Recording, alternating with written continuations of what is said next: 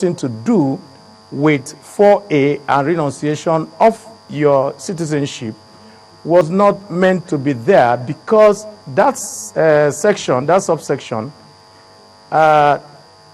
is in conflict with Section 42 of the Constitution. And of course, Section 42 talks about discrimination. And so we couldn't have two sections that were against each other, because by bringing in 4B and doing a specific mention of a woman, we felt that it was against Section 42. And so the committee now brought it to us and said, rather than continue to have a problem, let that particular Section 4B be deleted, since 4A is there and it is gender neutral. And that was what played out on the floor of the Senate, because at that point, we voted on it. And I have to be very, very, because this is a public record now. When we voted, the Section 4B actually passed to be deleted. But what now happened was that subsequently, one of our distinguished senators, Senator Yerima, raised a point of order. Now, in parliamentary practice, you can raise a point of order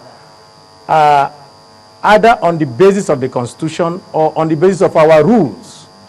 Now, he raised a constitutional point of order, and that constitutional point of order is that under the second schedule of the Constitution, Section 61 defines the area that you can legislate on as the exclusive list.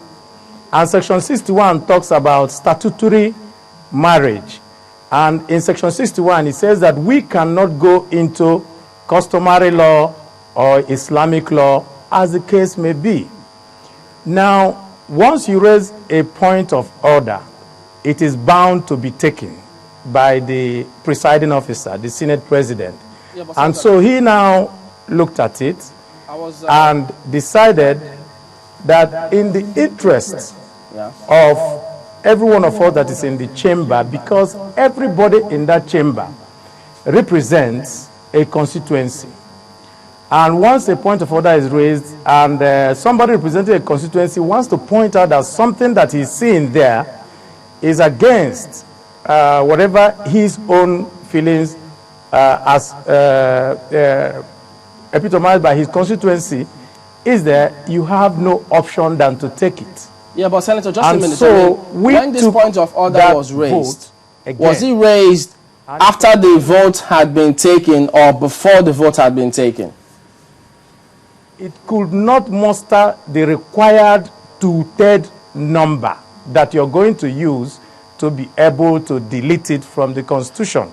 And that is exactly what happened.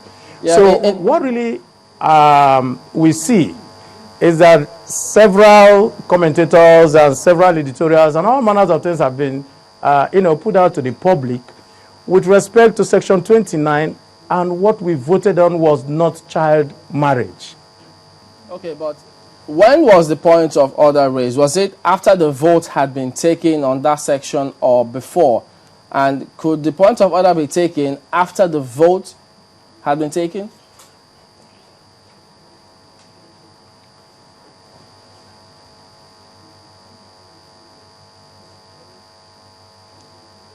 Yes, the point of order was taken after the vote. Usually, every presiding officer, in order to make sure that every interest is catered for within the Nigerian state, bends over backwards to accommodate things that are said by members, and each member, like I said before, represents a constituency. Now, when Senator Yerima raised that point of order, the presiding officer was bound to take it. And on taking it, those who voted against the position for us to leave it there were in the minority. Like I said, it came to 60 to 35. But the point really is that the Constitution stipulates that for every position to pass, you must have two-thirds majority. And because that two-thirds could not be gotten, that is how that particular section is still in our books as it is today. All right, Senator, but part of why or what they may, the comments out there, well, yes, item 61, part 1 of the second schedule of the Constitution talks about customary law, Islamic law with respect to age of marriage. But bringing it in with respect to this one, you have people who have issues about that because they think that was able to happen because of the ambiguity of this section 29 for A and B. And that if this is not deleted, such things will always pass.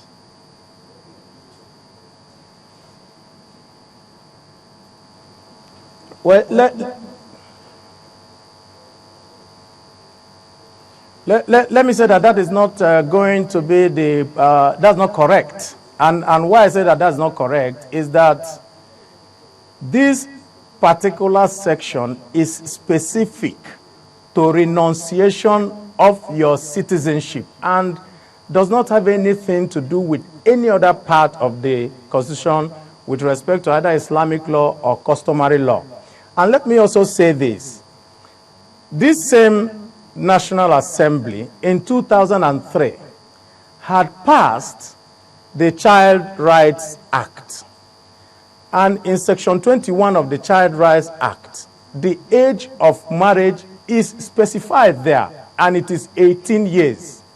That means that we already have a subsidiary legislation on age of marriage. And simply thinking that somebody is going to go back to that section and try to use it does not come in at all, because that section is specific.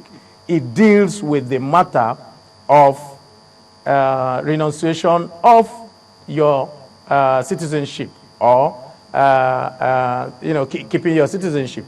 Now, what we have today is that the age of marriage as passed by this National Assembly under the Child Rights Act is 18 years. But the Child Rights Act will need to be domesticated in each state. Now, as of today, most states have passed the Child Rights Act or adopted it, and I think only 12 states are remaining.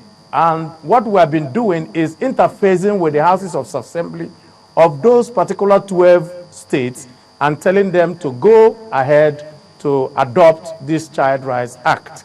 So with respect to child marriage, the National Assembly has already done something about it. The question of this section has nothing to do with child marriage. Well, I wonder why we waited this long, because it falls within your purview to have explained it to Nigerians, being the spokesperson of the Senate, because truly, if you look at it, the 2003 Child Rights Act, which you say we have a potpourri of states talking about so many issues, where they also talked about marriageable age, which they would want to also call maturity age, which most of them pegged at 21. But in all of this, some are asking, did anyone stampede the Senate or deceive the Senate into retaking that particular vote after it was done the very first time?